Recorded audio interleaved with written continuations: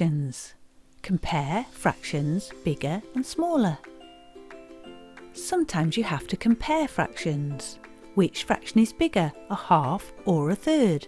We could draw the fractions as pictures, a half and a third, and we can see that a half is bigger than a third.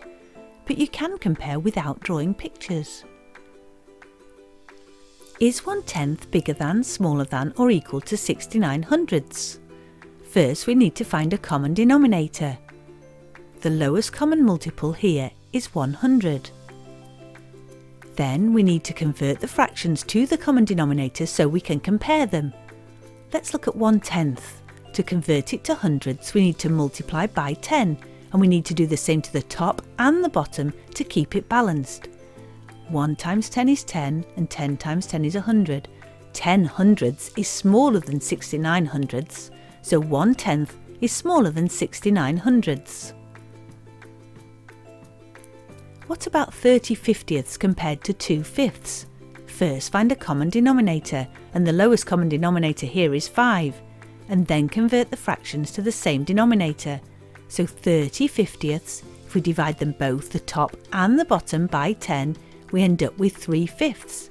We can see 3 fifths is bigger than 2 fifths, so 30 fiftieths is bigger than 2 fifths. What about 9/10ths compared to 17 25ths? First we need to find a common denominator, and the lowest common multiple is 50. Then we need to convert both the fractions to the common denominator to be able to compare them. So 9/10ths. To change tenths to fiftieths we multiply both the top and the bottom by 5. We end up with 45 fiftieths. And 25ths to 50ths we multiply the top and the bottom by 2. We end up with 34 fiftieths. So we can see that 45 fiftieths is bigger than 34 fiftieths. So 9/10ths is bigger than 17 25ths. Remember, to compare fractions, you have to find a common denominator. To find that common denominator, you have to divide or multiply.